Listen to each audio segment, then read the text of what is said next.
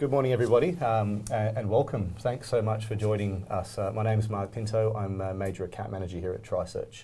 I'm joined today by Richard Sorey, Partner in Risk Consulting at Grant Thornton. Thanks for joining us, Richard. Oh, thank you for having me. Thanks, Mark. And also joined by Lauren Haynes, their Principal Licensee and Director at the Conveyancing Group. Thank you for joining us. Nice to see you both. Cheers. Lauren's here today to represent your voice and the industry, so it's, thank you so much for joining us. You're welcome. With Tranche 2 now in full effect, there's plenty to work through, and new questions keep coming up. That's why we've decided to bring the industry together each month to keep the conversation going. Our AML CTF Check-In series runs monthly. This is our first session. We'll work through the questions you've asked us about and the AML CTF Tranche 2 topic generally, and show you what we have on the triSearch Compliance Centre. Before we get started, I'd like to acknowledge the traditional custodians of the lands on which we meet and work today, and pay our respects to elders past, present and emerging. We recognise the deep and continuing connection of the First Nations people to the country, culture and community across Australia. Some quick housekeeping rules before we jump in. The session is being recorded. We have had over 400 registrants for this live session, and we'll aim to answer as many questions as possible that you've asked when registering. Obviously, 400 questions is going to be a bit difficult to get through each and every single one in the hour and a half that we're going through. If you have any follow-up questions and any questions we don't get to, just drop them in the Q&A function and we'll work with your account managers to answer them as best we possibly can after the session. Lastly, a reminder, we're here to talk through your questions around the compliance process, not to give legal advice. Here's how today's going to run. We'll start off and I'll give you a few updates on the triSearch Compliance Centre, and then we'll jump into a quick overview of the AML process in plain terms. There was quite a few questions around that, and then we'll jump straight into answering all these questions that you guys have submitted. We've tried to group together your questions into 5 AML CTF obligations, so that's how today will be structured. We've got about 80 minutes set aside for those pre-asked questions, and we'll leave a few minutes at the end to address any additional questions that have come through. Over the last few weeks, the team have been working really hard on this compliance centre. Obviously going from 0 checks to thousands a day, all on 1 July. It's definitely shown a few things that need to be worked on, and also shown a few of the maybe AML CTF tranche obligations that we need to bolster up this system for. So I'm going to go through a few quick little updates now. Some of them will answer a bunch of the questions that did roll in. And I will, if I can, show you on the screen where we might find some stuff. Awesome. Okay. Thank you. The first big one, and I know Lauren, we were talking about this recently, was the need to reuse a VOI, or is there a need to constantly send out VOI requests to clients over and over again, particularly repeat clients? So on around, I think it was at 6 p.m. on the 30th of June, the VOI upload function hit. Just in time. Just in time, yeah, right in time. And the crazy part was we didn't really have time to distribute the knowledge of this, because come 1 July it was a bombardment of I guess support tickets, a bombardment of account managers being asked a lot of questions. So a lot of these things have slipped through the cracks. I'm going to just shift across into my AML Compliance Centre, or at least triSearch Compliance Centre, and just quickly show where this would be found for anybody that needs to reuse a VOI. I'm going through our website, and again, if anyone watched the previous sessions, I'm in a demo account. If things do falter and break, Don't panic. Don't panic. I will figure out a way around it. Okay. Yep. Most of you should be very familiar with the VOI, or the AML onboarding order screen, very similar to the old VOI, which was just a direct RNET requirement. There is now the 3-dot option. It's not very clear. I would like to have made it very bold, but this is where it's been put for you guys. At any time, you can go through and upload your documents and simply just browse, or I would say save it to your system. And then browse your files, upload, and that will satisfy the VOI requirement. Your client won't get a link, or it won't be included in the list of items they need to complete for your AML obligations. And that also carries through into the entity AML onboarding.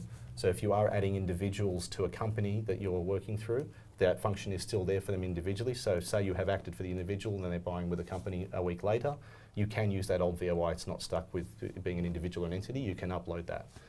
So a little bit of an update on the VOI functions. I think that answers about 55 or 60 questions that we had of the 400.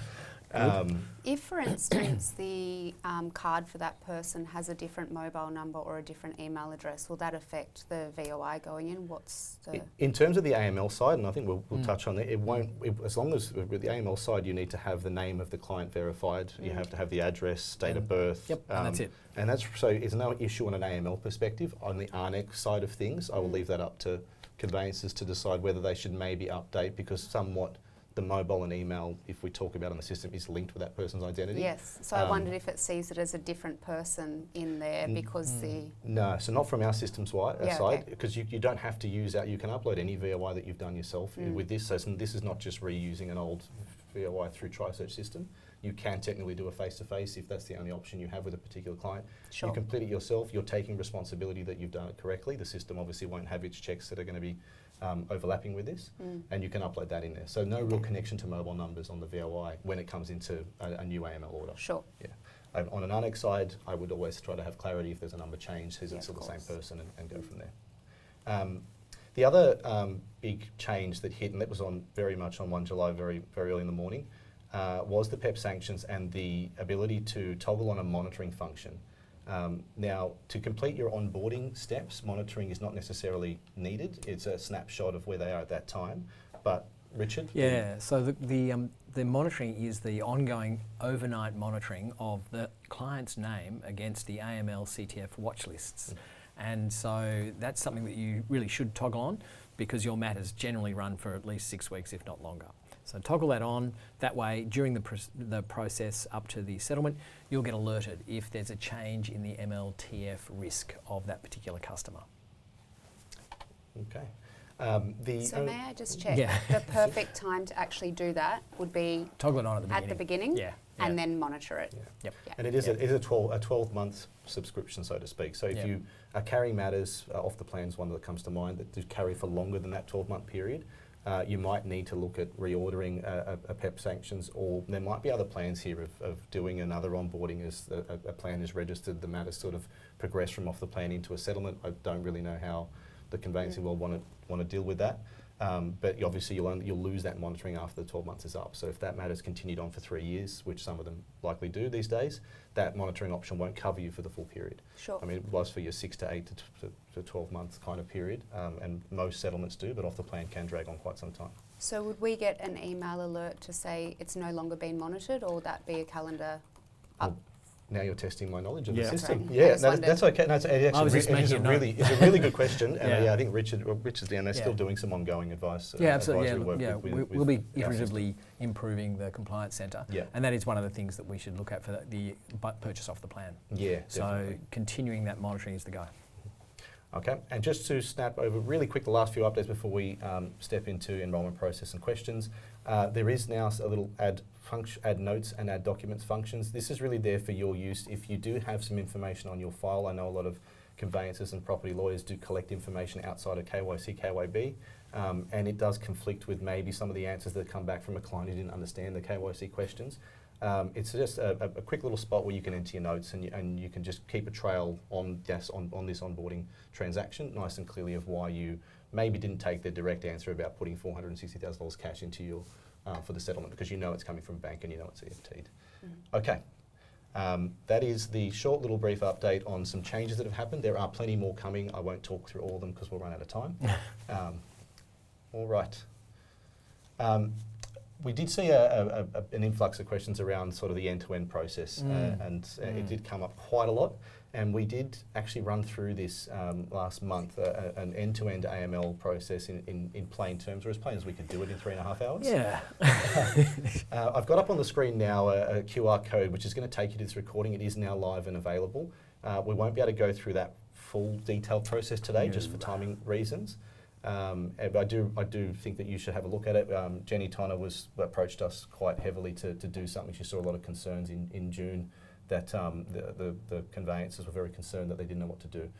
She put us to the test, and I think we did a half decent job. I think, Laura, you've seen it.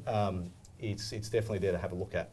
But to just, I guess, skim over it at a high level, Richard, what's the process here, and what really needs to be done for the setup? Yeah, okay, cool. So look, I guess just very quickly, just hitting the sort of the key points. First of all, you've got to determine whether your business provides a designated service, so a service designated under the AML CTF Act.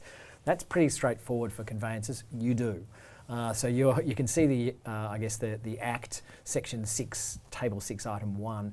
That is basically what conveyancers do day in, day out. So you are probably, if you're a conveyancer, providing designated services and therefore a reporting entity. So you've already established that. The next bit would be to then enrol with AUSTRAC as a reporting entity. Now you do have until the 29th of July to do that enrolment. So don't stress out, you've still got plenty of time to do that. And in that enrolment process, you'd be identifying key contacts. So if you're running your own business, relatively small business, you may well be all the key contacts. So you would put your name into the role of governing body, senior manager, AML, compliance officer, etc. So that's the enrolment with AUSTRAC. It takes about 15, 20 minutes. There is a little trick to it, so do use the QR code and go in and have a look at that process of enrolment, because for a conveyancer, you've got to go through business and professional services nominated as your designated service, and then you get a drop-down box for conveyancing. So it is a bit tricky. Once you've done that, you are also then needing to have an AML CTF program in place. Use the Compliance Centre. Basically, unless you are a very large conveyancing firm with well more than 15 staff, perhaps multiple offices, geographic spread, different types of clients from overseas. For that, you will need a more sophisticated program, but for the average and normal conveyancing operation, using the Compliance Centre, build out your risk assessment and your policies and procedures. Very straightforward, follow the bouncing ball, answer the questions, and you will actually then have built out effectively the AUSTRAC starter kit for conveyancers. We took that kit, we got it digitised into the Compliance Centre, and so it is very easy to follow, and it does build a compliant program. So once you've got the program and all of its bits and pieces together, you then need to start asking your clients just a couple of extra questions. Mostly these will be questions that you would ordinarily ask in the process of conveyancing.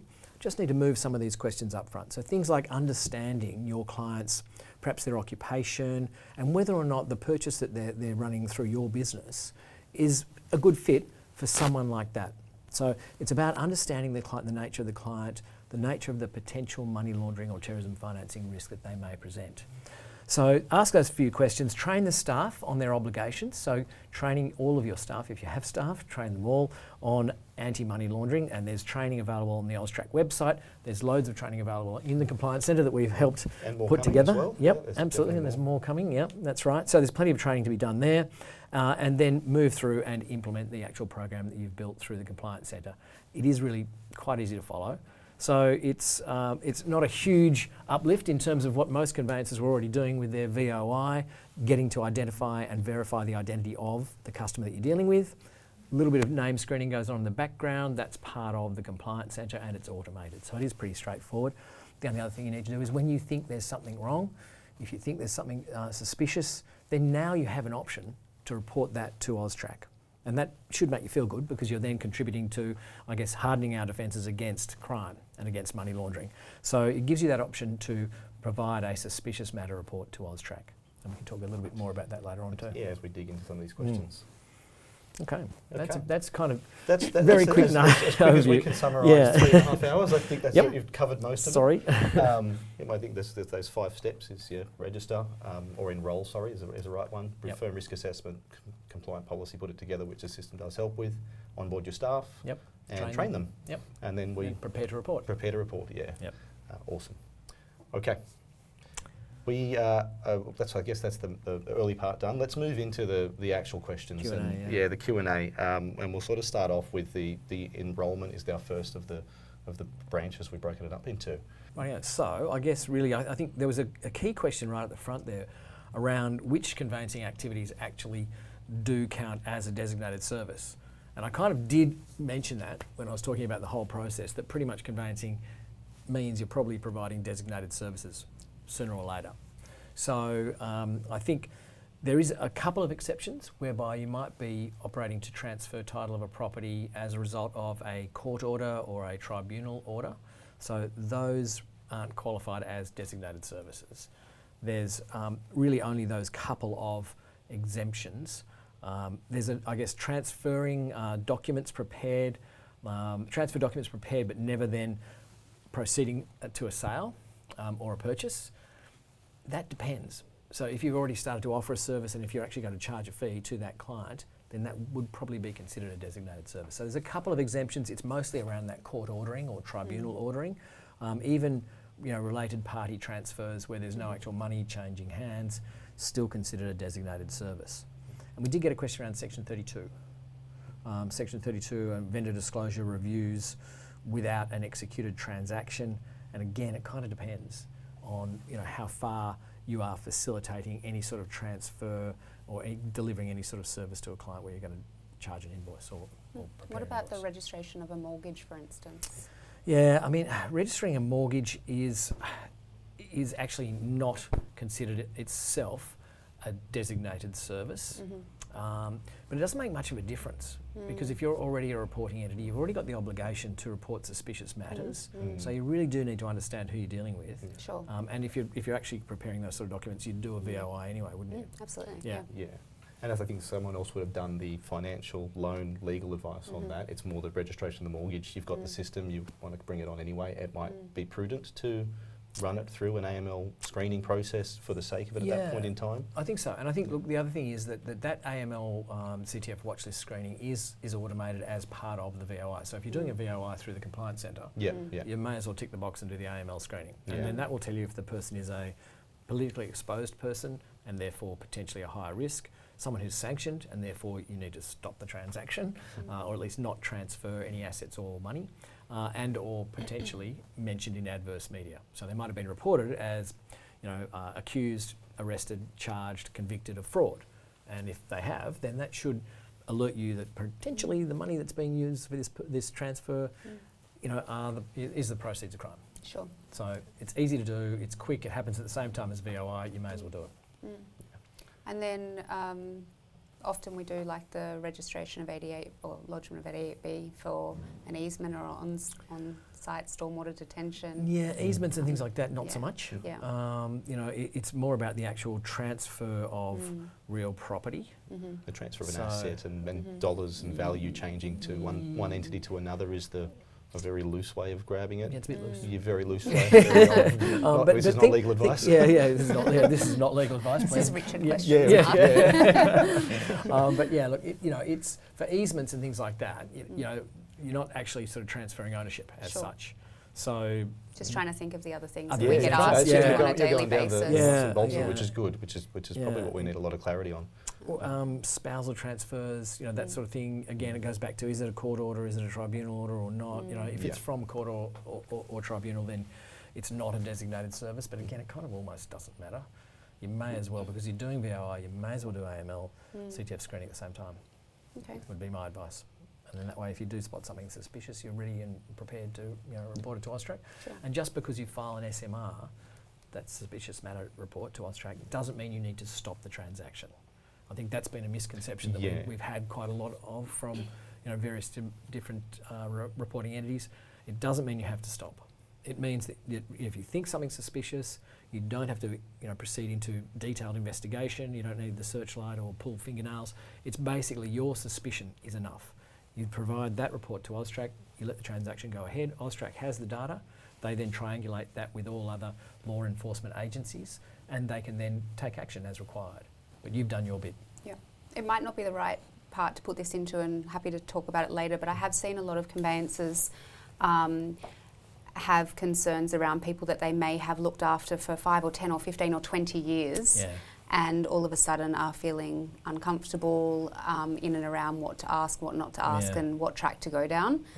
Especially if some things aren't exactly apparent or glaringly obvious. Yeah, it is difficult, but most of us have got a pretty finely tuned sort of antennae on this. And conveyancers, you're dealing in transactions that are important to people's lives. You get to know them quickly and quite well. Yes. So I would say go with your gut feel. Someone you've known for a long period of time and had a suspicion about.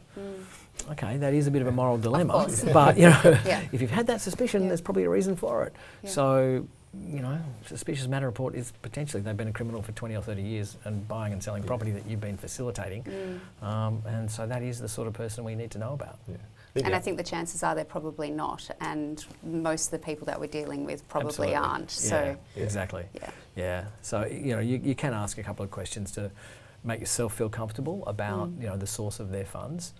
Things like just understanding a little bit more about their occupation. And through general conversation as well.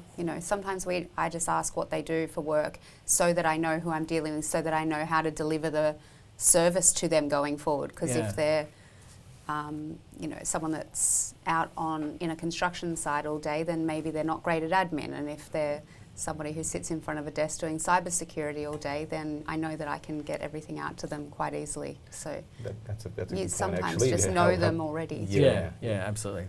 We should try and get some of let's get some of these more, sort of pointed questions. This one about not operating the trust account and never receiving or remitting client funds. Does that mean they don't have to enrol with AUSTRAC? Well, the answer is, sorry, you do have to enrol with AUSTRAC if you are a conveyancer and you're transferring title of property. That's what defines the designated service. The trust account is, really, if you're not using a trust account, that's fine. But if you're still operating as a conveyancer, that's the designated service. So do enrol. I think the next one about if you do all your AML CTF checks in triSearch, does it immediately make me comply with AUSTRAC? And I don't think that's a clear answer. You still are and have to do, I guess, the actual assessment on your end. And a big part of our process, big part of AUSTRAC's requirements is an assessment done by a representative of your company or yourself if you're a sole trader. You've got to do that risk rating of the customer. Yeah. So you run all the process through the Compliance Centre, you get the result which says, yep, this is definitely Richard's story. You've run his name through the AML CTF watchlist, there's been no result come up, hopefully, all green ticks. But you do need to then say, okay, well I now think Richard is low MLTF risk. So that last step of risk rating the customer, that's important, and it's important that you do that as a conveyancer for your clients.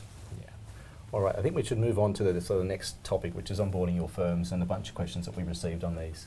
And possibly this first question that's come through we may have touched on already, but what's the full checklist after registering? What policy documents do we need?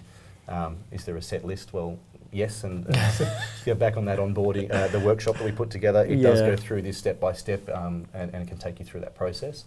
Hopefully that will answer the question. It does, yep. Go to that QR code. Can we amend or edit the AML CTF policy once it's created? Yes, please do. Definitely can. It's designed to be maintained, and AUSTRAC has an expectation that you will maintain your AML CTF program in full. So if you start servicing a new tranche of customers from offshore, for instance, that means your country risk has changed. So you would go back into the Compliance Centre, you would add the country into your country risk rating section in your program, and it's really easy to do. And that way you've got an audit trail of the changes, you've got an up-to-date policy. So that's important. So as things like your business changes, your clients change, the sort of transactions entering, as they change. Trying to show as much as I can on the screen at the same time, but in the demo account, many people decide to change our setup. We'll just quickly answer through. If you want to continue, I'll just show you where you can find the ability to update your risk assessment in your own policy. So I'm just going to skip through, don't mind the questions and answers, I'm just going to get us as quick as we can down to that through to that section, and I need all questions answered otherwise. Because this is important, so AUSTRAC do have that expectation that you will maintain the program, and that you will implement the program as it's stated in your AML program. So that means as you change, those sort of details around clients or business processes, for instance, you need to update that program. And update the whole thing in the Compliance Centre. It keeps a record of your changes. So you've got that audit trail, which is really important to be able to demonstrate to AUSTRAC should they ever come and ask to see your program.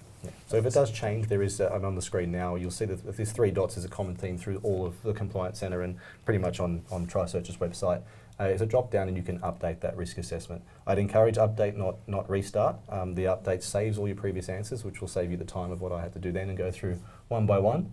And you can skip through all the previous answers would be there. If it is a country related trigger, something has changed in that regard, we push ourselves all the way through to the end. If I can get to the end. And then we can go and add or remove different countries from your particular risk rating and risk process. It's that easy to do. And similar on the policy, if for any reason you did want to make any amendments or changes, the option is a download in a Word document version. You could bring this onto your system. I would be careful about the changes that you make. I will leave it up to everybody to make their own decisions. You can download that, edit it, and then upload that freshly into your compliance, and if you absolutely needed to. based on, I think, the 15 and under, it is AUSTRAC's policy, it's AUSTRAC's starter kit. So it is the starter kit, yeah. But if you want to make, as your business grows, for instance, if you get more sophisticated, if you open another office, for instance, you might then need a more complex risk assessment of your overall business. That's the bit at the front. So the one that's in the starter kit, the one that's in the Compliance Centre, it's a simplified version. So as you got bigger than 15 staff and one office location, you would want to take a little bit of advice and consider whether you need a more sophisticated risk assessment, and that's the one that you would then download, do a more sophisticated version, then upload that into your Compliance Centre. Okay. I think that also answers our next question, so we can push on into, I guess, actually, can we get a live demonstration of firm level setup, not just written guidance? Definitely go back to that workshop. I'm going to keep repeating that one. Yeah. It is a live demonstration. We did go through one by one answering the questions on the AUSTRAC enrolment. Yep. We then went one by one on the firm risk assessment, and Richard was providing some really good AML commentary through that to help you make your decisions on what, I guess, how you would answer that, and if for any reason you didn't have that risk, how you would go about dealing with it, and showing and stepping out that in the Compliance Centre. And look, the account managers from triSearch can also give a bit of a demonstration. Yeah, definitely can. We've been doing them for 3 months. 3 months, and I think it's something like 50 a Yeah. week. Some account managers, 50 a week. Others have been benefited to be able to record some stuff and send them out. They do have some quick recordings, short ones that are there. I would personally recommend you to go to that workshop and watch that workshop. I think watching it in 1.25 speeds may work. Yes. Apparently you might not be able to hear me because I speak a little bit fast, but Richard speaks at a good Perfectly. pace. So you get all the AML, all the AML side that you need, and then visually you'll see what we're doing on the screen anyway. Okay, let's push into the VOI and KYC duplication and reuse. This was a very, very big topic. Hot topic. That's a hot topic. And I think we should have some commentary and that will help. If we already hold a current and valid VOI, why do we still have to reorder it for your new matter? Well, look, in fact, all three of those first sort of questions, we've got are really around repeat of the AML VOI piece, the VOI piece, the KYC piece under the anti-money laundering. Really, generally speaking, your obligations around knowing the customer are customer-based, customer-focused.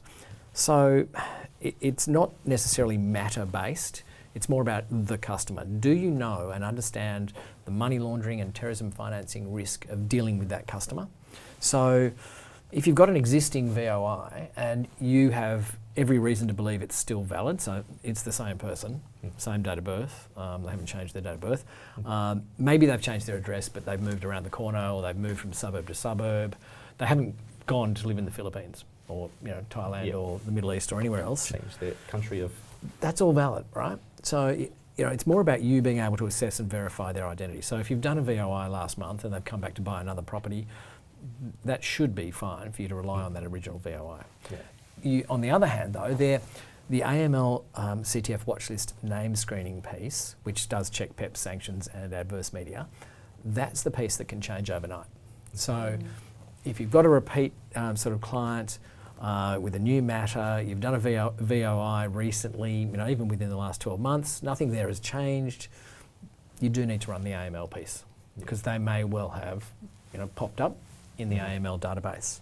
And that's easy enough to do without just unclicking the VOI button. Yeah, or in this instance, the best way to get around it is that upload, as we spoke about. Upload that VOI. It can be our previous, it could be any VOI that you've done. Obviously, that's an RNEC. I guess most conveyancing property transactions, RNEC requirements need to be met. We were talking about this a couple of days ago, that the RNEC requirements are much more detailed, stringent. So if you have and you're meeting your RNEC requirements and you have a VOI that you're comfortable meets that requirement, you're free to come in here and upload that and bring it into this particular AML transaction, this AML onboarding transaction, to save the client from actually receiving that. Can everyone see this right now? Yeah, so they can see what's on the screen at the moment. Perfect. And what that would do is when you did go to place the order, if I can get out of it, it won't include a requirement for your client to complete the VOI. They would still receive the request to complete this KYC form to give you an additional way of collecting some information from them, but you would run that PEP sanctions and adverse media check. And if you did want to toggle, you could toggle the monitoring. So each time that still becomes an AML order, you bring it into your Compliance Centre, so to speak, you're completing your AML checks on it, but the client's not being constantly asked to keep doing their VOI through the same system. I think we're hearing that quite a lot is, why do I have to keep doing this on the same system? Can't you guys share or use it? So the upload function really answers, I think, the bulk of the first three questions. And I think you've kind of answered the fourth one about, can a VOI be moved or attached from one matter file to another instead of being reordered? You've kind of answered that. Yeah, and definitely. Just to go into a bit further, the KYC forms. The need for that to continue on, say you've got a client who's come in and done a purchase with you last week and they're looking to buy a second property the week after. Lucky them. I mean, lucky them, lucky conveyancer property lawyer, 2 transactions for one client, and you sort of know them.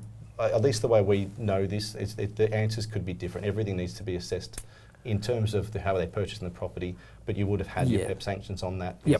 Yeah, so you would have done the VOI, and so that's fine. Look, again, it goes back to that whole monitoring. Right? The monitoring whether you turned it on or not. So the AML monitoring and screening you would want to do. But then the KYB and KYC forms and all those sorts of questions, you can just refresh that. So, there's a question in there, I think, about occupation, so you can just check, has anything still changed in your employment? Exactly. Still running that, transport company, whatever it might be. So there are those sort of questions. And Lauren, you've talked about the questions that you ask in general when you're onboarding a client, and I think that's really valuable, being able to do that early on in the piece, I think you said. Yeah, we were just talking about it the other day, and I thought, it's more than likely that most people, when they send out a cost estimate or a cost estimate's been approved, you then send out sort of a bit of a questionnaire. If it's a vendor, it's quite a big disclosure. If it's a purchaser, usually a few questions. But so now I've just added to it what your occupation is. And then, of course, we did ask before if you were obtaining a loan and who's your broker. So we've just expanded upon that a little bit to say who's the lender, what's the approximate loan amount, and how much will you be contributing. And then we just have a verbal discussion that flows on from there. And in most cases from that, we've filled out most of the know your client form. And if there's anything missing, just you can so add it into the notes, which I think you were going to show. Yeah, you've got your full. Or you're kind of collecting all that information that you need theoretically that the KYC form, as AUSTRAC designed it, was supposed to collect anyway. And I think that goes back to if I can push into that. So what you're saying is you need to collect the information, whether it's in one form or across 2 different ways or through verbal discussion, provided you're collecting the information is enough. That's the key thing, And you can rely on that information as well. So if you're having that conversation, you're already speaking with the broker, you're getting details of the fight, you know the answers that are coming through. So if the KYC questions have come back confusing, maybe not 100% aligned with your previous instructions you've received from them, the add notes function is a really good way for you just to at least show in your one transaction, your one onboarding for that client, why you may have seen a KYC question that came back, but you have other correspondence in your file and you're talking with a lender about it. And we can just add that note in that pretty much says, KYC said this, but I know from previous correspondence they're obtaining finance and they're definitely not walking into my office with hundreds of $1,000s of cash. It's going to be an EFT, it's coming through normal channels, and you're using that for your assessment, not necessarily the KYC question answer alone as that pivot point. So if you're doing a simultaneous matter for someone, a purchase and a sale at the same time, obviously that your KYC is sufficient for both of those at the exact same time. The data you've collected, will definitely carry across, and you can use those answers from the previous. Obviously, where's the money coming from? Well, they're selling a home. They've owned that for 20 years. That's pretty clear and easy to do. And that notes function is there for you to put whatever you would like on the conveyancer property lawyer's end to show at least how they've come to their determination if there's questions. All right. And then, of course, if during the matter one of those questions ends up being different to what they originally said, that's when you then go to the next steps. And you might try and re-verify the new answer, make sure that that is their answer now. And again, that would be, if that makes sense, no dramas. If it kind of raises, your antenna, the spidey sense tingles, you might then think, okay, well, I don't want to ask any more questions because it's just not comfortable. You don't need to ask any more questions. It's just your suspicion that counts. So if you feel like there's something wrong, you can report it. You don't need to become a detective, as I said earlier. To push on just a couple of the last, I think that answers, there's a bunch of questions that I think that answers a group of, but to talk about expiry of AML CDD every 2 years, that might be linked with the VOI, and there was this piece of ARNIC requirements, valid VOI for two years. in terms of, I guess, the onboarding, your onboarding is done as a snapshot at that time. Yep. The VOI, there was talk of 2 years. I think it's that comfortability that the person hasn't changed. If they've come back to you again a year on, would it be wise to rerun at least a VOI on them or check their IDs to make sure it still matches? Was there, from an AML perspective, is that what would, a year on, would you want to rerun and re-identify this person? Yeah, for AML, there's no real set time frame to refresh. It's more about a change in risk. So if something changes about that particular customer, that individual or the company that you're dealing with, if something has changed, that should trigger a refresh of the KYC piece and also the AML CTF actual screening. For instance, they've divorced and they made it. That does happen. That doesn't make them a bad person, though. No. It won't change. It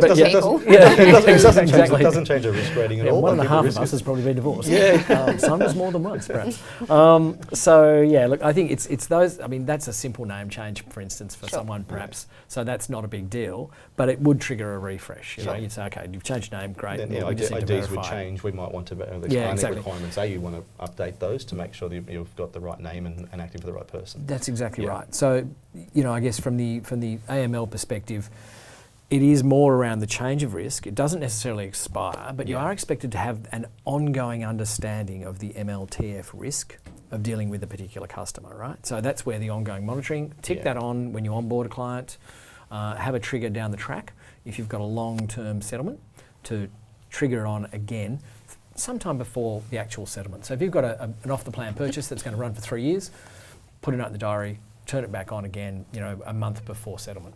That would be my recommendation. There's a lot about when you should refresh your KYC in the AUSTRAC guidance and notes, so we can talk more about that on another time, perhaps. We don't have quite enough time for me to go through it all. This will be a monthly recurring. I'm sure it'll come up as another topic as months go on. Yeah, absolutely. And one of the key things around this was people acting on behalf of a customer. I did want to touch on that one. Yes, so definitely. If you've got a power of attorney, who do we do the due diligence on? Well, you do it on both. So you do it on the person who is actually, I guess, your ultimate customer, but anyone who's acting on behalf of a customer, you should also know and understand the MLTF risk of doing business with them too. So power of attorney, good example. So if someone has power of attorney over their parent, for instance, do both. I did see some questions from a few people on that. So if you've got a client who's 90, who's in a retirement village, who comes in and out of knowing what they're doing, how does one handle deal with that? Yeah, so there are exemptions around that. So again, there's a lot of guidance from AUSTRAC around at what point do you need to give up, if you will, and say, okay, look, it's a 90-year-old parent. You would ask for something verified by a third party typically. If there's a power of attorney appointed, there's probably a lawyer involved somewhere. If you can get the lawyer to visit the parent and to verify the identity of the parent, a stat dec from a lawyer. Doctor's letter to say this is their situation. Yeah. As much as you can to show you've taken reasonable steps to comply, really. I think that should. It does. I mean, that's reasonable steps. And you've got a valid power of attorney that you've actually verified that person has the power of attorney and is able to act on behalf of the 90-plus-year-old person. Yes. That will do. So. All right, I'm going to move into the next big topic, which is source of funds and source of wealth. Obviously, popping up on our AML order drove a lot of questions for people. So I guess when is it actually required? Is it every matter, only medium, only high risk, or is there a dollar threshold? Yeah, look, there's no dollar threshold for source of funds, source of wealth as such. It's more about a high risk situation. So in a high risk situation, AUSTRAC has an expectation that you will do further KYC than you would for a low risk situation. So in high risk, that triggers what we call enhanced client due diligence. Part of that is actually understanding the source of funds and the source of wealth for that transaction. So that's really when you actually do have to do it. If you do it every time or any other time, that's up to you. It's about your risk appetite and what you think is appropriate for your business and your clients. But the only time you really have to do source of funds and source of wealth is around that high risk situation. So if the customer is a foreign PEP, for instance, or if they have come up as having actually been convicted of fraud, say. So they convicted of fraud, they stole $2 million from their boss and they're now buying an apartment for $800,000 after they've been let out of jail. you might think that's high risk, and so you would do a little bit of a source of funds, source of wealth check. Okay. Yeah, I think that sort of covers a few of them. I guess the one there is a source of wealth check reasonable for vendors who've owned a property for 20 or more years. That's a good question, and it's still layered, right? It's still layered, but for the most part. Oh no, look, no. So for a lot of people who are downsizing, for instance, and they've owned their house for ages, and they're now downsizing through. Again, it goes back to, is this high risk or not? Chances are it's not. By the sound of that sort of scenario, it's probably not. Yeah. There was a question on why does source of funds sit under the initial CDD rather than enhanced customer due diligence. I think I'm just on the screen right now showing where there might be some confusion on it. In the original AML onboarding order, all of the features, so to speak, all of the parts of the bundle do come up and are available. You'll notice it's not pre-selected when you go through. It is definitely an after the fact option. I guess the way it's envisaged is you wouldn't run it right off the bat. You wouldn't have suspicion of high risk anyway. It is sitting there as an option because it does sit within the bundle. But if you were to be pushing through, I'm trying to get to bear with me, Richard. Yep, while you're doing that, while you're doing that, there's a couple of other good ones here. This one, question 12, was, do we need to check the source of funds for family members helping to fund a purchase? So the bank of mum and dad comes into play, and do we need source of funds on them? Well, again, only if those parents or contributors, third-party contributors, are high risk. So what that means is you do need to know if they're high risk. So that means if someone else, a third party, is contributing a section, a tranche, if you will, of the purchase, you do need to do that due diligence on them. So you do need to verify their identity, and you do need to run the AML screening on them, and then you can determine, are they high risk, and if they are, then you need to do source of funds, source of wealth.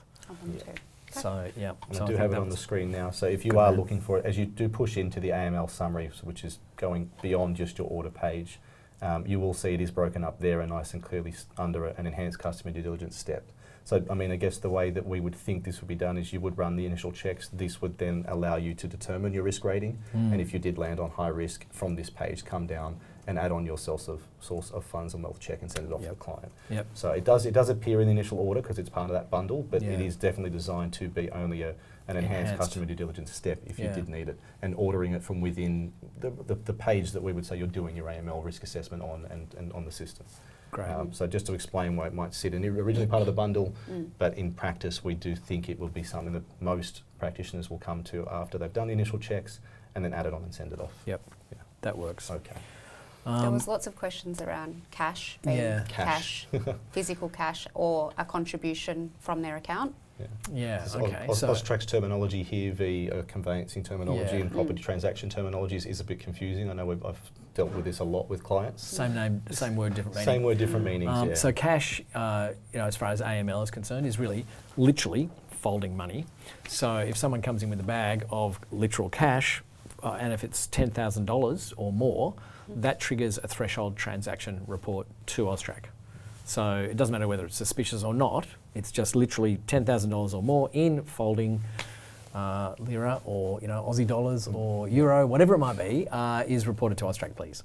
Online on the Austrac website. Correct. Yeah, that's right. Absolutely. But if the shortfall funds, which conveyancing we used to talk about being cash and shortfall. So I think there's real confusions coming up about that as well. Yeah, exactly. And so for that amount of money, or for that, I guess, that tranche, if you like, the deposit, then you do need to understand where that's coming from. So if it's an appropriate amount of money for that customer to have saved, or maybe they've sold a whole bunch of shares or sold another property or whatever it is, if that all works and makes sense, then that's fine. No more. I think there's also the talk of maybe parents gifting funds and that coming in, and and that might be where it doesn't make sense for the individual to, but it's coming from the parents. You might know roughly who they are. It makes sense for them to have that kind of money. Is that also taken into account? So as we were talking about earlier, so you do the due diligence on the parents. On the parents. So you need to know who they are. You need to know whether or not it makes sense. So add them on and have a look into them, and does it all add up on their end as well? Absolutely. Okay. So they've got a contribution. They say it's a gift. Do you need the letter that says it's a gift or something? You need something. And then the VOI AML on the parents as well. To see if that gift makes sense. Sure. So it really does come down to just the situation. Sure. And you would know when, when there is something that's suspicious. Something doesn't make sense. That's what triggers. Yeah. Look, most people buying a property young people buying a property these days have some sort of contribution from mum and dad or grandma or grandpa. Coming through. Yeah, I wish I did. Sorry, Mum. So even if it was $20,000, for instance, because sometimes it's just a little top bit up. just to get out. Yep. Yeah, they got Went to excited. auction. Yeah, exactly. They got excited. They didn't want to miss out Yeah. for an extra 20 grand. Look, it really does depend. I mean, you can do a Google search on the parents, and if it turns out that the mum's a doctor, she's been a surgeon for 30 years. Her writing a cheque for 20 grand makes a whole lot of sense. Sure. So really, how much further do you need to go? You probably don't need to go much further. Some instances you've probably done the conveyancing for the mum and dad Yeah, I was as well. going to say, you you already possibly sort of know. referred across and you know where they would sit as well. Yeah. So there's So if it never makes a sense. clean trigger point if they are giving money straight away, $1 check them. It's Sure. still looking at that picture holistically. Understood. The key question around this then is that deposit, what verifies the deposit? You know, so when people sort of say, oh, it's coming from my bank account, is that enough? Well, the answer is no, not really. So, you know, if my deposit is, you know, $5 million on my $20 million home, just showing you a bank account that says I've got $10 million, I'm going to transfer 5 of it to you as part of this purchase. If that fits with the person's, you know, sort of income, estimated income or otherwise, that's fine. If it doesn't fit, then you do need to understand where it's actually come from. So if they say I sold another property, say great, you know, if you can transfer please the actual title for, you know, I guess Front the page contract. of the contract. Yeah, front page of the contract. Yeah. Thank you very much. Front page of the contract, that sort of thing, that demonstrates that there was a sale, and you can quickly check that and make sure that there was a sale of that property at that time for that amount of money. That's fine, but just a bank statement isn't enough, typically speaking, unless it says, you know, salary and wages every month, and the person earns, you know, like $10 million a year kind of thing, and you can see that it regularly going in as, you know, sort of $850,000 a month. Sure. It's that sort of stuff. So if they're a straight out of high school carpenter apprentice, earning $45,000 a year, buying a $4 million property, that's when you then need that. Dig a little deeper. Yeah. Something's not adding up number-wise there. Yeah. Okay. Yep. Let's push into the risk ratings. There are a bunch of questions that were all around this, and some of them are sort of support related, and I know I would ask that you do lodge those tickets with support. The one thing I'll say about the poor support teams, like I said, 0 transactions on 30 June, thousands a day. From 1 July onwards, they are inundated at the moment. They are working their hardest. I think they're putting in extra hours as well. They will get back to you as quick as they possibly can. The only thing I would ask is if you, in that ticket you are raising, try to be as clear as possible what you're actually asking them. Don't leave it as an open-ended question, because then they've got to come back to you, try and get more information, and that will slow down your resolution. So screenshots of what you're looking at. I know we've got a question here about it's stuck at incomplete. A nice little screenshot of what that is, and include that in your support ticket request. They'll be able to see that. They can probably already jump into the back end, have a look at it, identify whether it's an issue with the system or there is something undone, rather than have to reach back out. Can I jump onto your system? Can I have a look? Which is just slowing things down at the moment. Sure. With the questions, client, this is a good one, and I think there might be some confusion around it, so good to come up. Clients are being rated medium or high risk purely on country of birth or family ties. Even an Australian citizen or permanent residents who aren't politically exposed persons, how should this be interpreted? I think the country of birth was a question we all had early about this. Yeah, it's not so much the country of birth that drives it. You should be aware of it, and it depends, you know, how long they've been in Australia. But if it's someone who was born overseas and is a citizen of Australia or a permanent resident of Australia, and they've demonstrated that with their passport, they've been here for a long period of time, everything else adds up, well, that's not really high risk. It's really, in terms of the key one about country, it's really the country that the individual is living, residing in, and generating income in is the real key AML factor, not so much country of birth alone. Yeah, okay. Yeah, that's right. So, if they're living in a high risk country and earning their income in a high risk country, but buying in Australia for their kids or something like that, then that person is high risk. Questionable where that money's come from. And well, it's just a high risk situation. High risk situation. Okay. So that would trigger your enhanced customer due diligence. Careful with AML wording. Yeah. Look, it'd be high risk country. Yeah. So it would be a trigger for ECDD. Yeah. So that means you would be looking at the source of funds, source of wealth for that offshore person. Yeah. Actually, I did notice yesterday when I went in and clicked and had a look at the country tool. Yeah. I think we lost once we clicked on that tool, we lost where we were at. So I'm not sure if that was user error, or if that is something that happens. Is that going into filling out all the questions and then clicking on the tool? Once I went into the countries and then went to go back, I lost all of my answers. You lost your answers. So it might be user error, but I just want to let you know in possibly, case. but can also be a system. Yeah. So in terms of, so you were in this particular page, if you can share the screen, and you were adding countries in your risk assessment, or you were in another, looking into other countries. Okay, maybe we can talk about that one offline. No problem. I just thought that if that was something that had happened to others, that's all. On the risk assessment side, this says when you are going through the country checklist, it's checking it on, and I keep forgetting the.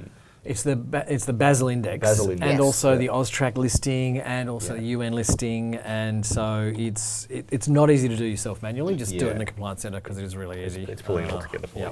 Pulls it all together. Okay, let's move into our next topic, which is the vendor versus purchaser obligations and KYC form. And I think this comes up because the KYC form has very purchaser-specific questions. That's how AUSTRAC designed that form, and we've digitised it. But are obligations generally the same for vendors and for purchasers? From the AML perspective, they pretty much are. Yeah. So you need to understand, the money laundering risk of both the vendor and the purchaser. For instance, if you're the real estate agent, if you're the conveyancer, you just need to understand the AML CTF risk situation for your client. Yeah. So the real estate agent has that obligation for both. Not so much the conveyancer, unless you are actually operating on behalf of both the vendor. Does that happen at all, where you actually do the conveyancing for both vendor and purchaser? Ever? Bit of a conflict. It is a conflict, and if you notify both of them and get in writing from both of them, they know you're acting for both, and the premium also doubles for your PI. So in most cases, people don't want to.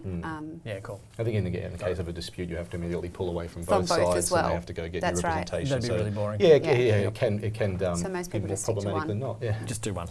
Cool. Maybe one for more on my end, and Richard can talk to this because you are still advising the builders, the team. The KYC form asks very purchaser funding questions like I talked about. Will there be a vendor-specific questionnaire? Yeah, look, certainly a good suggestion. Yes. And look, trying to digitise all of the 300 pages of the AUSTRAC starter kits was quite the task. So, it's going to be iteratively improved.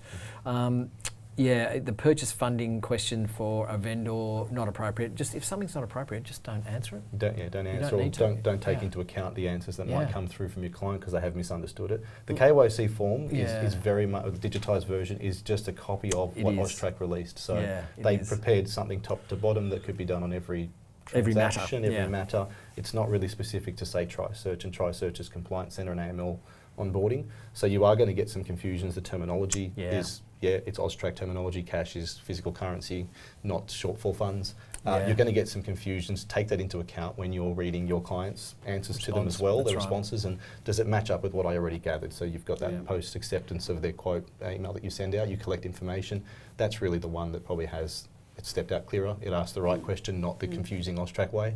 You combine those answers together to come up with your risk assessment and your answers too.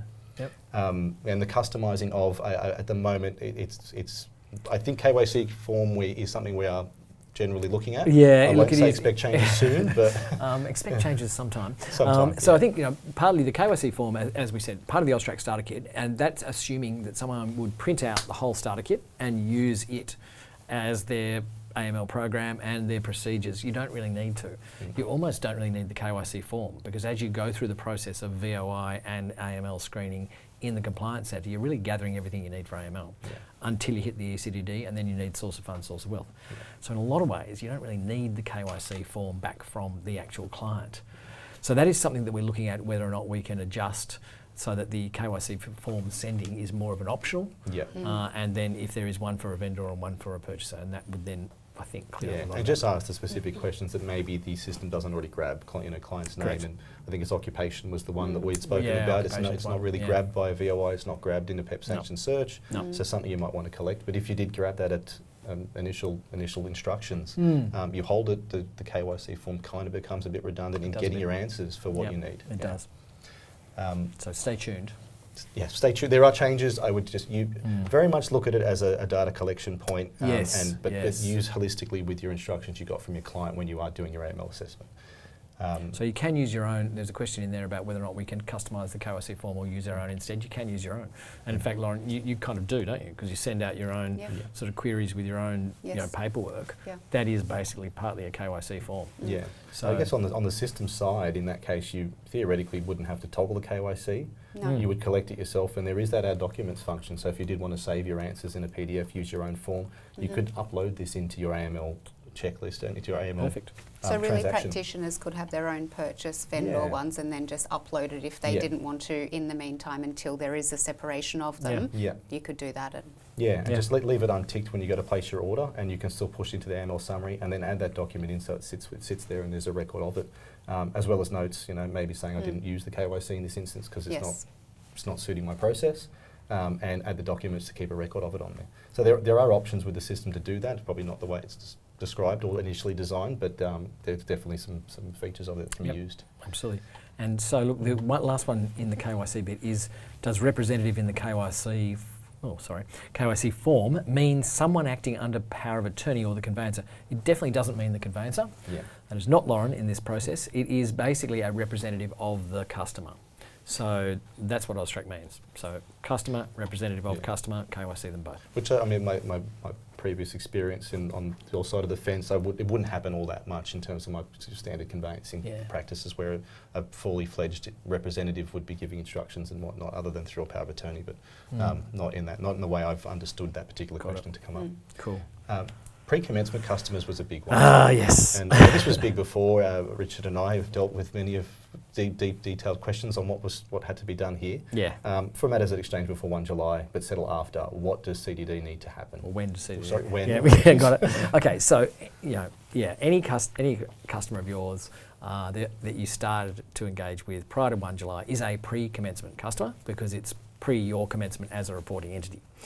You don't need to do initial customer due diligence for AML on that customer until you offer a different designated service after the 1st of July.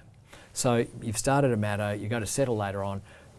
Best practice would be to basically gradually onboard those customers. So if you've got a bunch of them that you've started work with, I would gradually onboard them through the customer, through the Compliance Centre, I should say. Yeah. You've obviously done VOI before, so you'd upload the VOI, you'd turn on the AML CTF screening. Yeah, the PEP sanctions. Yeah, that's right. Yeah. So that's the crucial one, I think, that is the ongoing, is the PEP sanctions monitoring and having a position, because that would change the initial. Yep. So that changes your understanding of the actual risk of dealing with that customer. If there's a result. If there's no result, it doesn't change anything. But you can then risk rate the customer, call them low. So you don't need to rush through that process with all of your existing clients. You can just gradually upload them, would be, again, best practice. As I say, you don't actually have an obligation to run initial client due diligence on a pre-commencement customer until you offer them a different service, or if your perception of the money laundering risk changes for some reason. So if the customer got a bit weird and squirrely and said, now I'm changing, I'm not getting that mortgage from CBA anymore, I'm now just going to pay with cash. That would trigger a change in the ML risk. So then you would want to go through the client due diligence process with them and understand perhaps where that money's coming from, if you don't already get a sense of it. so if they engaged with you in June, no exchange, hadn't done their VOI, often you get a copy of a driver's licence, but you might not do the full ARNIC VOI until approaching exchange or at exchange. Are you required to do it still? No. If you don't feel that there's been any change in their unusual change? No change in the risk. No. They haven't exchanged yet. No obligation. And I think the general carriage in conveyancing property transactions is you probably will have an ARNIC or almost have a process to get an ARNIC VOI done, which does the initial screening, at least names, address and whatnot. So those pre-commencement, most of the customers we've dealt with and talking about, they already hold a VOI. So they've got that initial check. It's that PEP sanctions, adverse media, it's that screening that isn't done. So to bring them on and screen them in a way is the best thing. Moving on to... So not required, but best practice. Yes. Not required, I'll best let practice. and just until there's something that changes that raises suspicion or there's a different service. So if they've engaged you to buy one property and then post 1 July they say, actually I want to buy a second apartment in the same building, that's a different service. Sure. So that would trigger initial customer due diligence obligations. Yes. Cool. I think the may have answered this one, but it's to do with off the plan contracts. I think we've covered it. Yeah, 2-3 years before. That's still that change, the ongoing, if it's going to be afterwards. Yeah. Okay, I think we move on to the trusts, companies, and beneficial ownership questions. And I think the initial thoughts is there wouldn't be that much of it, but super funds are definitely something that a lot of conveyancers would still look after, which falls under that trust, and they definitely have some companies. So for companies, do we need to verify every shareholder, or is the client plus the nominated ultimate beneficial owner enough? Yeah, so for companies, what you would do is you'd basically do the initial customer due diligence on the company, because that is your customer. Yeah. And then you do it on the representative of the company, so whoever it is who's telling you what to do. And then the only additional sort of obligation you would have would be if there is a beneficial owner of the company with more than 25% of the shares, then they become an ultimate beneficial owner. They become someone who you do need to also run the KYC process with. So it's company, representative, if there is another shareholder who's got more than 25%. That would be what you would do. Okay. Just going on the screen now and showing a little bit about the organisation or entity sort of onboarding platform. Yep. And just to talk to it very quickly, but I guess when a client first would approach a conveyancer, you've got an individual who says, I want to purchase a property and I'm going to be buying it through a company. The organisation flow and trust flow is there. I guess the best way to describe this, and I sort of know the process and how the system's designed. So at that particular time, you'd have who you deem to be a representative of that company. You don't know exactly who they are. You haven't run any checks yet. You haven't done an ASIC search. I don't like the way the demo data works right now, but you obviously would you would have done a quick ASIC search or an ACN search to enter the company's name, which I don't want to change it because it will my demo data, but PTO Ltd, ACN, and we bring the ACN across and we enter that on the left side. And we bring that person, at least the person who's approached you at that particular time is the representative as far as you know it. We'll bring them on and you can toggle them as a representative. Then we move into what at least I'm terming, this is the AML onboarding for this corporation, for this company, this client, they're the client of yours, okay? Within the order process now, there is the option to toggle on the organisation extract, which will be deemed or run on that ASIC number, the ACN number you put in. And that's just where this is that continuing obligation. So this is sort of like a moving order now for this one corporation. You're going to start your due diligence into who are the UBOs of this company and who is the controllers of this company. And this page is where you'd come back to. So as you run that ASIC search and you look into it and there are 3 other shareholders, 33.3% each, so to speak, we'll come back into this order page and we're going to add the individuals that you find in there. And this would obviously be triggering the VOI for them and running that PEP sanction screening on them. So it's very much a moving order with the company. The individual, we've put them on there, we're somewhat done with it, other than maybe doing ECDD. But on the company, as you start to get that ASIC search and you look into it more and you see there might be trusts involved, and I won't go down the multiple layers, it is to come back to this page and add them onto that order. At least my understanding is that 2 individuals can be included with the company onboarding without the fee changing. As it steps on above that, I don't remember the numbers off the top. I should have prepared that before I got in here. But there is a small fee per additional person over 2.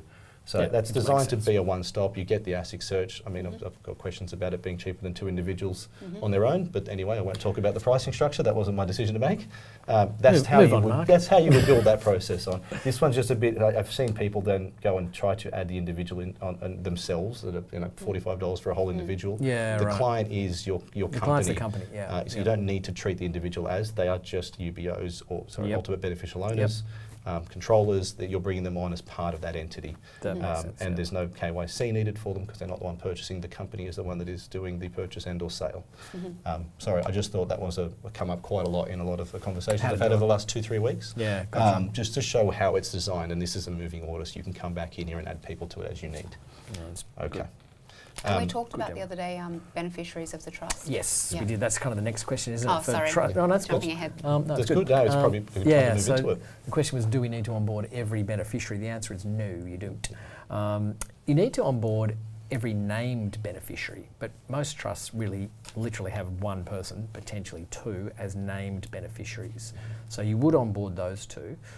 You would also onboard the trustee, which is generally a company, so you'd go through that company onboarding process because the company is the one who actually controls the assets as the trustee. If it's not a company, if it's an individual or 2 individuals, and they're different to the named beneficiaries, then you would do the process with them as well. So you do the initial customer due diligence process with those 2 new persons. So you might end up with, say, 3 or 4 people as part of that trust and trustee group. But then typically trust sort of beneficiaries then get into categories of a beneficiary, and you don't need to go searching to figure out, who the parents of or the children of or the grandchildren of are. They're just categories of beneficiaries. So you leave those out. Okay. Yeah. Does that Well, I think that covers it, and I've just shown on the screen a little bit about the trust and just some nuanced things about what you would do. The full legal name is treated as the full legal name of the trust. That is obviously a test or a demo. And if it is a corporate trustee, we would enter the ACN of the corporate trustee here, because that's where it's going to grab that ASIC search and run it on the corporate trustee, so you can identify controllers of the trust. Yep. If it's an individual, it can be left blank. It's not a mandatory field. You can still commence the order for that legal entity.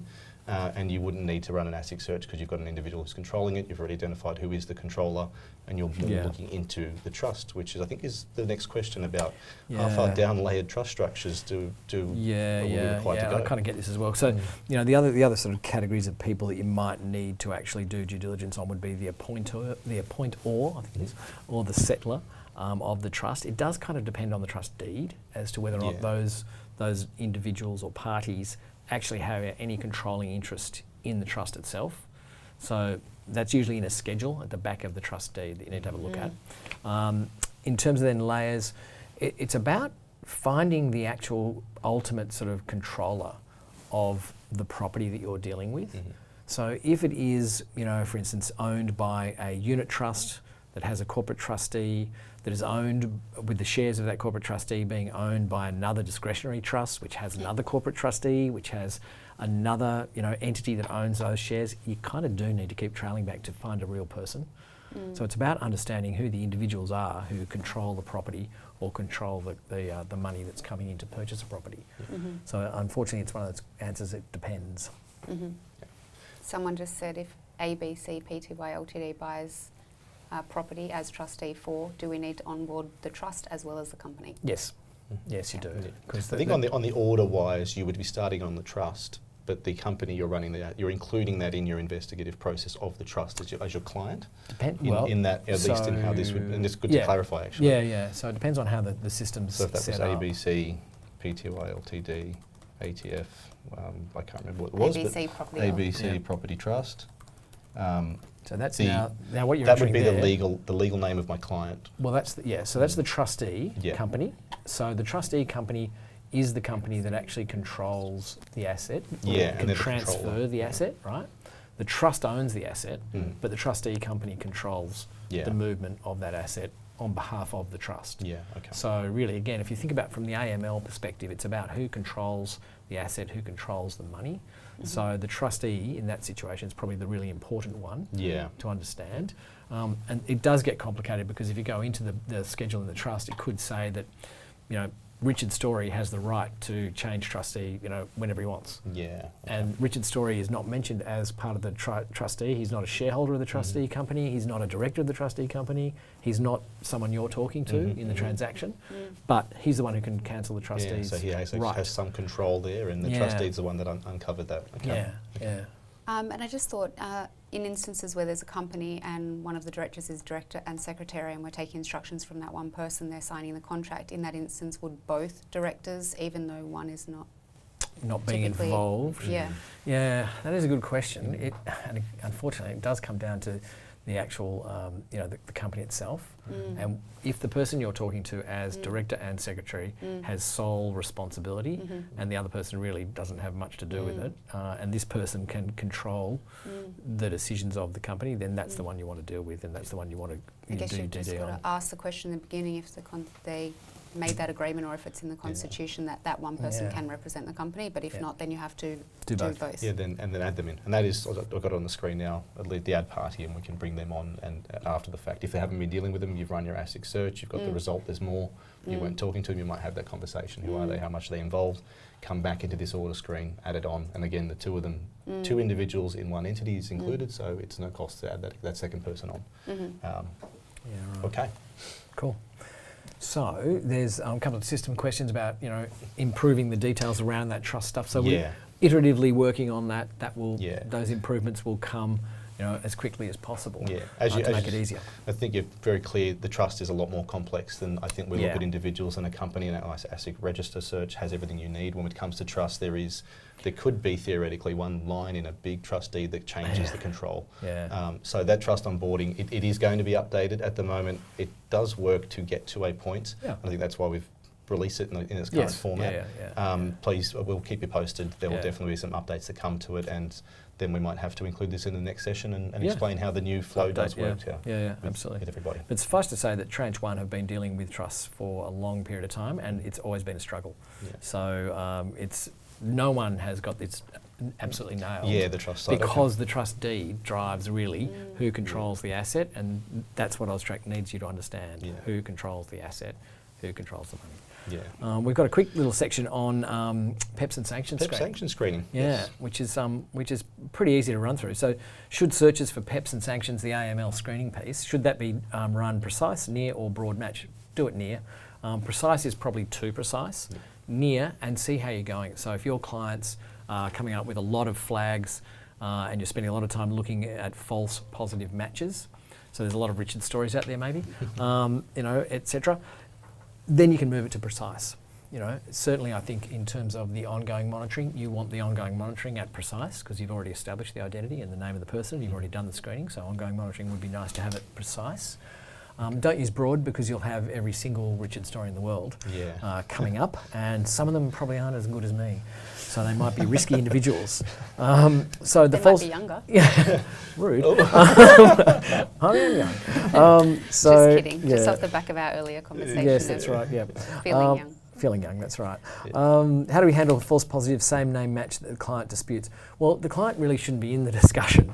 So if you have a positive match, and you look at the date of birth, you look at the place where this adverse media maybe occurred, for instance, and you're pretty sure it's the person, just risk rate them appropriately. So maybe they're high risk, so that then triggers your enhanced due diligence piece. Do not discuss it with the client, okay? You really don't want to get into that conversation. All this information is open source information that's been aggregated by Dow Jones, so it is valid. Look, a false positive, same name match, if it's false positive and it is, that's great. Just you don't consider it. You just make a note. This is a false positive. I've clearly established that it is, and so you can move on with your risk rating. Should maiden names be searched as well? Yes. Yes. The safe answer is yes. The safe answer is yes. I mean, mostly the data is pretty good. So for most individuals who have caught the attention of the AML databases, they'll have an AKA of their previous name. So if someone commits a crime, and goes to jail, whatever, under their maiden name and then changes their name later, generally speaking, the analysts are pretty good at linking those two names. But if you've got the maiden name, run that maiden name as well through the AML screening. And that last little question, I think we've answered this one. Does the checks run automatically, not without the monitoring toggled on? It's something that I think was a very last minute negotiation between the developers and the supplier of that agreement to have some form of mechanics that goes onwards, and I won't understand the complexities there, but it's definitely landed. There is a small fee that's linked with it. It is running it daily for you, so theoretically running 365 of them for the additional fee. I think it's the best we could possibly put together. You do get charged. So triSearch gets charged by the database owner every time the database is hit. So the way that works is there's a value to that ongoing monitoring. You do need it as a reporting entity, unfortunately. So there is a pretty small charge. I think it's $5 as it will show up. I've just toggled it on, and you can see the price changing. At least. So really, we should just put following. Do it. Yeah. So I mean, monitoring. Monitoring on. And to change those near precise for anyone that didn't know, it's right next to it. There is a drop down option for you to change the broadness of the search and toggling it on. Is there any way that we can, in our back end, select monitoring as our default rather than? I feel like I knew that question was coming. It's one that we've seen recently as people have noticed what's there. It's one. Can we preset monitoring on, and can we also preset a near precise or broad based on because I think it does land on precise to begin with. At the moment, it is on a list of about 300 and something items to be looked at. Definitely looking at pushing it up, or at least have control. So within the settings, go into your settings and change your preferences. I will try to keep you updated as I hear any updates, and we can obviously in the next monthly catch up do that as well. We can do that. Beauty. Okay, there was a couple of other quick ones in there, I think, wasn't there? Or are we on to the verification? The verification mechanics. Can a digital driver's license be used for VOI? Now, I know this one's coming up. I think it's Victoria. In Victoria, you don't have to have a physical license, and I have seen some commentary that the team is aware of it, and they're working very hard on having the automations pick up the digital VOI, at least in Victoria. At the moment, it is still very much, as far as I know, which was probably the start of last week, it's still a physical license is needed. It's making it very difficult for the system to acknowledge a digital driver's license, at least in Victoria. The only sort of workarounds is try to use a bunch of other ID documents to meet the ARNEC requirements at the least. So if you don't have a digital driver's license, have to go and step through those different categories. I don't know them off the top of my head. It's been a while since I've had to. Birth certificate, passport, Medicare card. Yeah, Medicare card. So if you can't be done with a license, try to direct your client to go through other identity documents that they may have for you. It might still be prudent to get a copy of the digital license, but in terms of the VOI process, they're trying to open up the functionality, but at the moment, no. Got it. Cool. So what about this one? Platform face match foreign passports. And why do some foreign ID documents default to manual verification? Yeah, so I know there's a lot on the, at least the VOI has been around for a long time, there's a lot of cross-checks that happen back with the DVS system in Australia, which is very much limited to Australian identification documents, driver's license and passports. I believe from the commentary there is some attempt to do a face matching on the foreign passport with the image, but obviously it comes back to how clear that image is and how much it can give you. So the safest position is, or at least the system, to push you into a manual verification where you're looking at the photo, you're going to look at the ID. Is anything for you look off? Are you going to make sure data matches? And if you're not happy with it, it's trigger that resubmission and say, I'm just not happy with the photo that I got for it. So at the moment, we very much rely on the DVS system. It only grabs Australian ID documentation, so you'll get it performing very well. Any of the foreign passports, it does make an attempt to do a face match, and there are results that can come up, but it's very much the safest position was we don't want the system to automatically flag something as safe. We've pushed you towards a manual verification. That's on there. Beauty. What about the biometric confidence score and the liveness check? Have you got the answer to that? What's the difference between those two? The liveness check is because you can order a different type of VOI, and you can have your attempt to confirm the idea, sort of a second verification of who they are when they're doing it. I know I used this for many years in practice, and it was very much the video recording was the only option I had. Right. This one generates a code, like a random code, while they're doing their little recording of themselves. They record themselves, read the code out. So, I mean, I sort of would enjoy watching a video of the client every now and then. Sometimes they would... Dyslexic. Yeah. Dyslexic moments. Yeah, it was... More often than not. That was a little bit of entertainment for me. Since I've joined triSearch and noticed that the liveness check was something that was added, very much records their movements as they are talking at it, and it's looking at different aspects of their face. And that does help the face matching side. Yeah. So if you're not using the liveness check, you won't get as good a result on the face matching. The biometric confidence, I could go, well, I guess the team could go into an extreme detail there, but it really comes down to which of the remote VOI options you want to use. And some people are opting for the video recording. I had a conversation with a client that says she enjoys watching the videos. Yeah. Good to know. What about, someone declines to do the electronic VOI. So what do we do then? The process for declining. So it comes back to you still are going to need your ARNEC requirements met. In some way, as a conveyancer and property solicitor, you're going to have to get some form of VOI and complete it to ARNEC requirements. So going back to that upload function, if you are going to, you've obviously selected another option there. You're going to use a face-to-face. You might use Australia Post. Once that does return, I've got it on the screen, upload documents, bring it in, and it won't send that VOI to them. I think that there's still a need to bring it into the system, at least for an AML perspective. But you do have other options now, and I think that sort of stems from people not knowing the upload document function was there. Good stuff. All Okay, right. so that's declining. Elderly, vulnerable and remote Yeah. clients. I think we push into this section just as time Yep. starts to get away from us. Good point. What's the best way to support clients without an email address or a mobile phone, or who live out of town? Yes. It's a very difficult question and not an easy one to get over. That VOI. Well, aren't yeah, it? it's mostly VOI, yeah. Mm. I mean, Yeah. so from the AML perspective, there is a way of dealing with that, Mhm. but it is, the VOI really drives the degree of Yeah. identity verification that you need to do, because it is a higher standard actually than AML. Yeah. So if you're completing VOI, you're fine. You're doing enough for AML.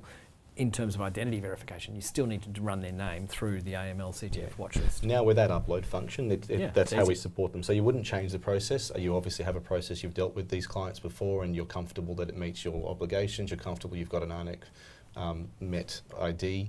We can upload them. You can still run the PEP sanctions adverse media check on them through the system. You might not want to get them a KYC form, so you might have to do that yourself and do the upload documents function that I showed before. There's the add documents in, and you can have reasons why it wasn't completed. They don't have an email address, so we obtained as much instructions as we could direct, and much of the same way you carry the transaction now prior to AML. Yep, yep, absolutely. Can KYC be completed in Office, for example, on an iPad, rather than only through an emailed link? Theoretically, yes, it can. You can. You can. Complete it in paper. Well, you know, what do you do now? You know, Lauren, what happens when someone... A combination of it all, but I mean, you could just type it in or write it down and then upload it, right? Yeah, You don't necessarily have to click on that remote one and do it through your email and so on, which I know a few people had some troubles with, putting their email in and then doing it. Have you had any clients struggle with KYC, KYB to date on your end, I guess? No, it was only yesterday that someone tried to put me as their representative. That happened. But other than that, we've had no issues with the KYC at this stage. Okay. Oh, and the question, of course, if they're a vendor and... Yeah, if they're a vendor, then why do you want to know about my purchasing skip that question. value? Yeah. Okay. But there is also the option when you can send it to them, but you can ask them to come into the office, and if they don't want to complete it, and when you're doing your usual carriage of your matter, you have that meeting and then go through the questions with them, or at least help them answer them at the same time. So it can be done. You could redirect the email internally. That might mess up with where a VOI link might go, so I won't go into that much detail. But it will direct to the email that's nominated with that particular party. Okay. Platform mechanics and reliance. Yeah, a lot of platform questions. Yeah, there is. And again, the VOI question has come up. We can't upload.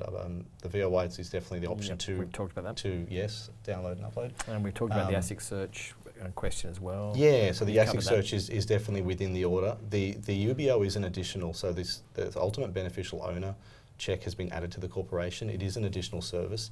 It's really only needed for not needed at all actually. It's if you want to use it to look at layered structures, layered companies, and it's very much an ASIC data search, and it effectively is a recursive search. It will run a search on the company and it will keep running searches that it can from ASIC's database, not including trust and details, it's only ASIC database, but get to a multi-layered company answer and show you all of the directors and shareholders of the multi-layered companies that is there. So it is there is a fee that's associated with it. I would really leave this up to individuals as to whether they want to choose to use it or not. If you've run the first ASIC search, the results come back pretty clean, the shareholders are individuals, there's no need for you to toggle on the UBO search.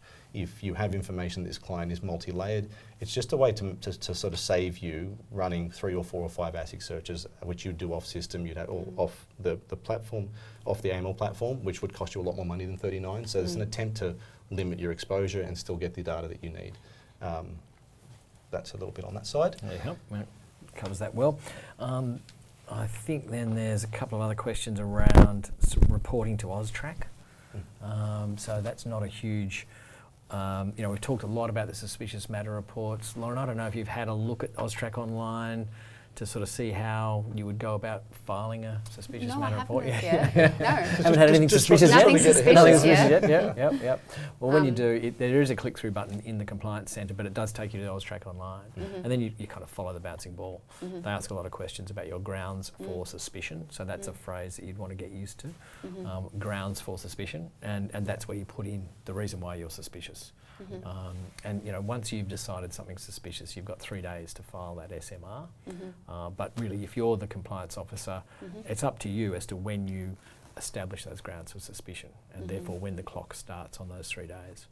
So it's pretty straightforward. You log into AUSTRAC online, you go through the process of putting in your number for your company, and then follow the bouncing ball.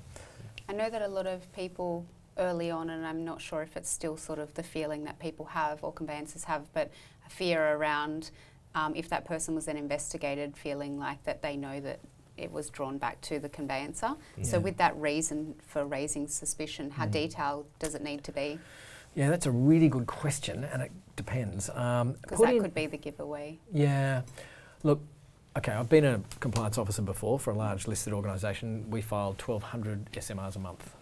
All right. Never had anything come back to me or any of my teams. So, look, don't worry about it. This is anonymised data that goes through AUSTRAC that law enforcement agencies pick up and triangulate with a bunch of different data before they do anything. So just you saying I was a bit sus about this property purchase isn't going to trigger the SWAT task force bursting in on someone's home saying, Lauren said we should look the for... day before settlement. Yeah, exactly. Yeah. So no, I know the fear was early on, and I think it has probably reduced a bit. Yeah, but good to reiterate, because I think in the thick of it all and in the heat of it, we've noticed a few people getting quite anxious and stressed about what they're doing. So good to reiterate that it is very much a data point. You're not the be all and end all. You're not the police. It's your suspicion based on the information that you've grabbed. You're just going to act on that and report as you deem necessary. All right, I think we're going to push into live questions. Yeah, some live questions, Lauren. Yeah. What have we got there? You've had the benefit of seeing them pop up on the screen so far. Do you want to run us through? We have been some of the ones fairly good in Covering getting through a lot of them. Yeah, okay. How do we undo the process where clients who have been off-boarded, or where a question in the risk assessment was answered incorrectly but clients had already been onboarded? I've received this question a little bit, and I don't have an answer yet about it fully on the Thanks, system. Mark. It's in the world of things. I don't think they had envisaged in building the program how you would undo an undo an onboarded client. And so at least on the order that you're in, there is still options to edit, amend and change even after it is onboarded. Yeah, you can amend the risk assessment. Yeah. You can amend your risk rating. Yes. Yeah, so the risk assessment is the process of gathering all the data and then looking at it and assessing it, and then you risk rate the customer, low, medium or high. You can change that. Yeah, the bit of information I'm waiting back on is to make sure this client has, the one I'm dealing with, which might be the same question, was inadvertently rated high risk, and they wanted to make sure that when they corrected it there wasn't going to be any reporting automated generation of stuff. So I haven't got it confirmed on what the system's doing, but yeah, you can definitely still go into that onboarded client and you can update details and generate new summary reports. Is still there. Got it. Yeah. Okay. How to submit the annual report to AUSTRAC? What's the process? Okay, so log into AUSTRAC online and then go to Business, Compliance Reports, Open Compliance Report. And then you go through the online form and complete that. There is actually an ability to download the questions earlier and have a look at them, which I do recommend you do, but you don't need to worry about this for a year. So your first period of reporting will be basically from 1st of July to 30th of June next year, and then you'll have 3 months till the 30th of September to actually go online and fill out the compliance report. So, this time next year, download the questions, which AUSTRAC will make available to you, and then prepare the data, and then later on log in and away you go. Have you seen the questions? Are they? They change it. They they tweak them every year. Yeah. But I have seen the questions. They're things like, obviously basic details about your company. Then they ask things like, how many high-risk customers have you got? How many SMRs have you submitted? How many TTRs? That's the threshold transaction for actual cash. Have you submitted? Have you had an independent evaluation in the last year? Did you change your program at all? If so, why? They're pretty easy to answer. And is there a report that we can do in here? In our compliance centre, which says generates the data that you need for that. Yes. There's an audit trail of all of those different elements, but it doesn't format it into the compliance report format yet. We've got a year to do that. And I was just about to say. Yeah, that's got some time. And as we know more about what that format looks like, I'll just make a note of that now. ACR. So everything is being 300 recorded. questions will be done in the next 3 months, Yep. and then you've got. Yeah, it just keeps growing. To be honest, I'm sure every it morning will. every morning there's a little huddle on I'm our sure. end. The constant issues, support requests, future planning, Absolutely. all comes up. It's been a never-ending process.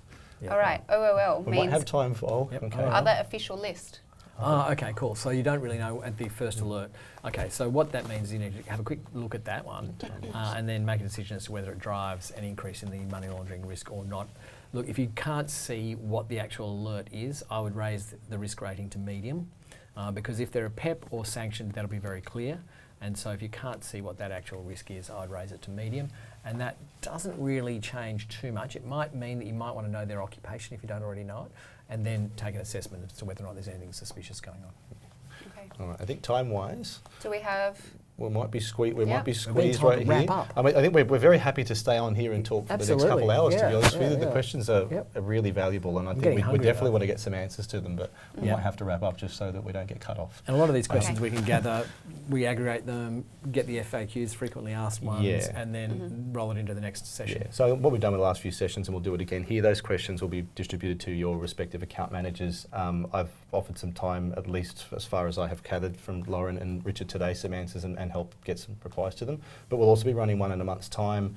Any of these important questions will be carried across, and we'll do our best to cover it. Obviously, we can only do so much in the time we have. So that's sadly all we have time for today. Thank you for joining, and thanks for all the questions you guys sent through ahead of time. 400 was a bit hard to go through. We did what we possibly could. We hope it's cleared up some of the uncertainty. I know there's still going to be a lot of questions, and we definitely will be here to help reach out to account managers. We'll try to harass Richard without harassing Richard too much to get answers from an AML perspective, but try to support as much as we can. A big thank you to Richard from Grant Thornton. Thank you so much for your help, and a big thank you to Lauren from the conveyancing group, taking your part and answering as many questions as we can, offering conveyancer perspective and AML perspective. If anything comes up after today, if anything else comes up after today that we haven't covered for you, if you need help setting up your compliance centre, scan the QR code. This is why I was prompted to change my slide. To change the QR code and contact your account manager. There's also our support team. If you don't have details, there's options to raise support tickets through TriConvey and triSearch. And we'll get back to you as soon as we can. I'll reiterate, they are under a lot of pressure right now. There's an endless amount of support tickets.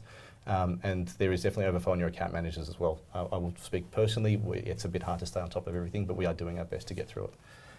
We'll also send you through recording once it's all done. You can revisit everything you need.